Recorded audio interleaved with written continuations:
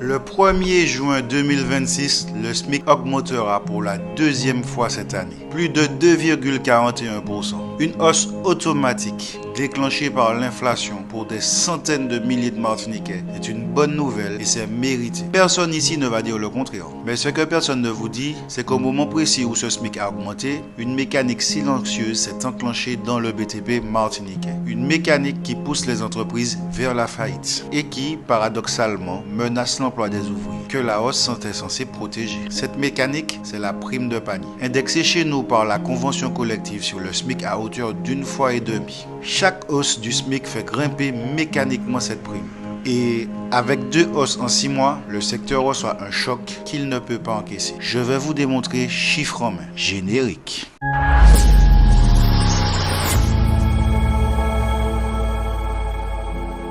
Posons les chiffres. Et là, je ne vais pas parler en théorie. Je vais vous décrire ce qui se passe réellement sur les fiches de paye du BTP martiniquais. Ligne par ligne. Parce que c'est là que la mécanique se voit. Le SMIC au 1er juin 2026 sera à 12,31 € de l'heure. Multiplié par 1,5 fois la prime de panier conventionnelle ressort à 17,82 € par repas. Sur 22 jours travaillés, ça fait 392 € par mois de prime de panier par ouvrier. C'est le montant facial que prévoit la convention. Sauf que sur le bulletin, ce montant est découpé en 2 lignes. Et c'est là que la mécanique fiscale se révèle. La première ligne, c'est les 10,40 € par repas. Ces 10 €, c'est exactement le plafond d'exonération de l'URSSAF. La limite jusqu'à laquelle l'État accepte que la prime soit défiscalisée. Cette première ligne est versée en net pur, sans aucune charge. Bien, soit 228,80 € par mois en net pour l'ouvrier. La deuxième ligne, c'est 7,42 € par repas. C'est la fraction qui dépasse le plafond URSSAF.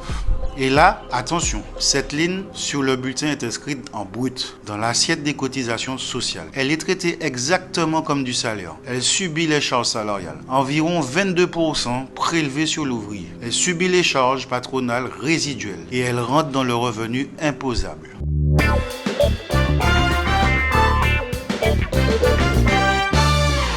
Maintenant, regardez ce que ça donne en vrai. La prime faciale est de 17,82 € par repas. Mais l'ouvrier ne touche pas 17,82 € dans sa poche. Il touche 16,19 €.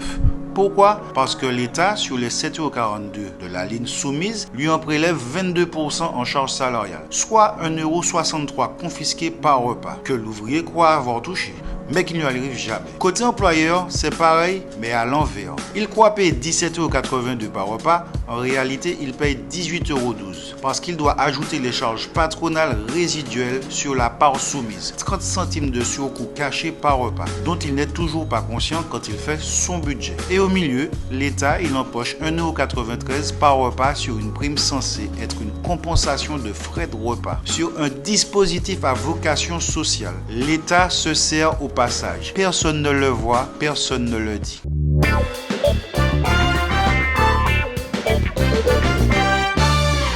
À l'échelle d'une entreprise de 30 ouvriers sur un an, faites le calcul avec moi. L'État prélève 15 279 € chaque année sur ses primes de panier. L'employeur supporte 2 351 € de charges cachées. Les ouvriers perdent 12 929 € de pouvoir d'achat qui leur sont confisqués sans qu'ils le sachent. Et tout ça sur un mécanisme dont l'intention initiale était sociale. Et maintenant, l'effet de la double hausse du SMIC. Chaque hausse du SMIC par effet de la formule 1,5 fois fait grimper la prime mécaniquement. Au 1er juin, elle passera à 18,03 € à 18,46 €. Une hausse de 43 centimes par repas qui paraissent minimes. Sauf que sur un an, ça fait 115 € de charges supplémentaires par ouvrier. Pour une entreprise de 30 ouvriers, 3 445 € par an, sans qu'aucun accord paritaire n'ait été signé. La machine tourne toute seule. Et voilà pourquoi le secteur est fragile. Une TPE BTP martiniquaise type, c'est minimum 15 000 € de marge annuelle.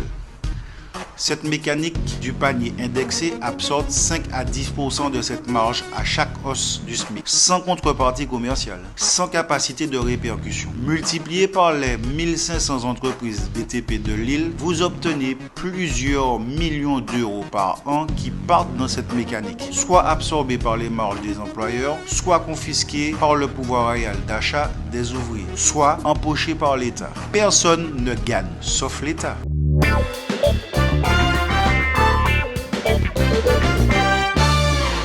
Et le panier n'est pas la seule pression. Il y a aussi le tassement de la grille. La grille des salaires BTP Martinique a été revalorisée d'à peine 1% au 1er septembre 2025. Le SMIC, lui, a fait plus de 3,6% cumulé sur la même période. Résultat, le SMIC rattrape puis dépasse les premiers échelons de la grille. Le manœuvre, l'ouvrier spécialisé, tous écrasés au plancher légal. Sur le terrain, ça veut dire que le compagnon avec 10 ans de métier touche à peine 70 centimes de plus que le débutant qui vient d'arriver. 70 centimes pour 10 ans d'expérience. Vous croyez vraiment que ce compagnon continuera à tirer le chantier, à former les jeunes? Il va partir. Il part, il s'en va là où la reconstruction post-séisme perd davantage. En métropole où la pénurie nationale tire les salaires vers le haut. Ou en maintenance industrielle où la grille est mieux étagée.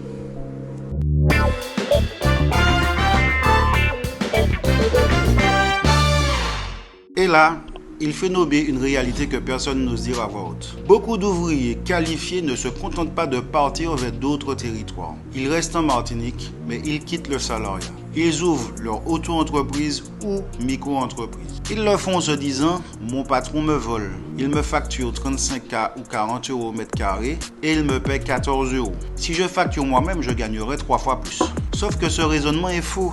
Pas parce que les patrons sont vertueux, mais parce que le BTP martiniquais est en constante baisse depuis plus de 20 ans. Pourquoi? Marché public au moins 10 ans, prolifération du travail dissimulé, concurrence des micro-entreprises déjà installées, empilement des normes sans relèvement des prix. Depuis le début des années 2000, le prix horaire facturé en main-d'œuvre en euros a baissé constamment. Le patron 2026 ne facture pas plus cher que celui de 2005. Il facture probablement moins. Et quand l'ouvrier sort en auto-entrepreneur ou en micro-entreprise, il découvre la vraie réalité du marché. Il ne facture pas 30 euros de l'heure comme il l'imaginait, il facture 18 euros ou 15, parfois moins, parce que c'est ce que le marché paye aujourd'hui. Il signe un devis salle de bain à 800 euros pour 4 jours de peinture incluse. Il pense que c'est bien, sauf qu'au bout d'un an, quand il fait ses comptes, il a touché moins qu'un SMIC, sans congé, sans mutuelle, sans retraite, sans décennale. Et la tragédie devient collective. Pas parce que ces auto-entrepreneurs et artisans qui facturent 15 ou 18 euros, ils créent les prix de référence sur le marché. Le particulier compare. Et quand une vraie entreprise du BTP avec une décennale, ouvrier déclaré, charge sociale, structure complète, vient chiffrer le même travail au prix réel, le client le trouve scandalement plus cher. Il prend l'auto-entrepreneur ou la micro-entreprise. Résultat, l'entreprise sérieuse perd le marché, comprime encore ses marges pour survivre à la fois suivante. Il ne peut plus augmenter les salaires et pousse d'autres ouvriers à partir en tant qu'auto-entrepreneurs, qui, à leur tour, cassent les prix, qui, à leur tour, étouffent les entreprises. C'est un cercle parfait. L'ouvrier qui pensait fuir, un patron qui le voulait, devient l'instrument même qui détruit le secteur où il voulait gagner mieux. Il croit échapper au piège, il devient un rouage.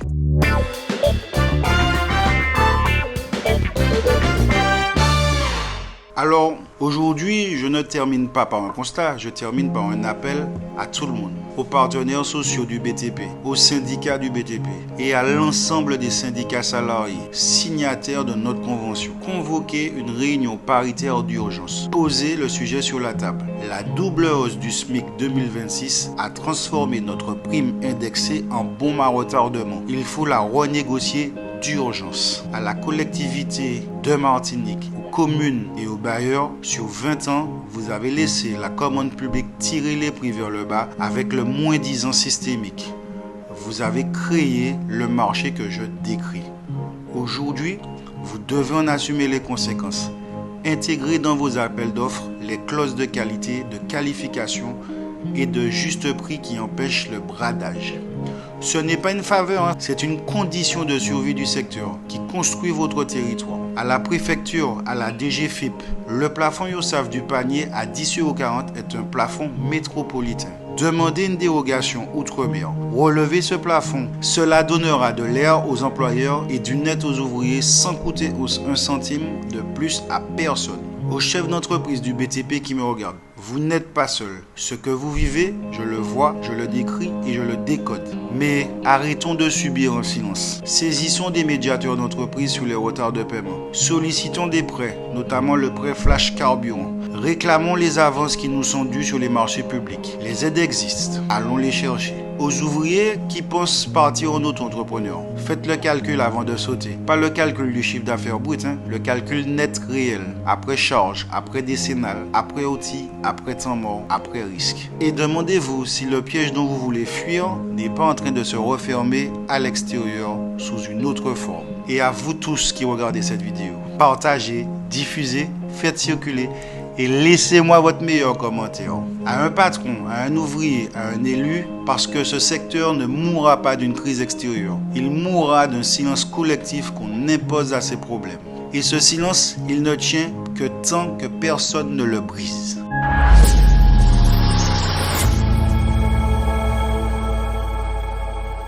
Le BTP martiniquais peut être sauvé, mais il faut le vouloir, tous ensemble, dès maintenant. C'était Décoffrage.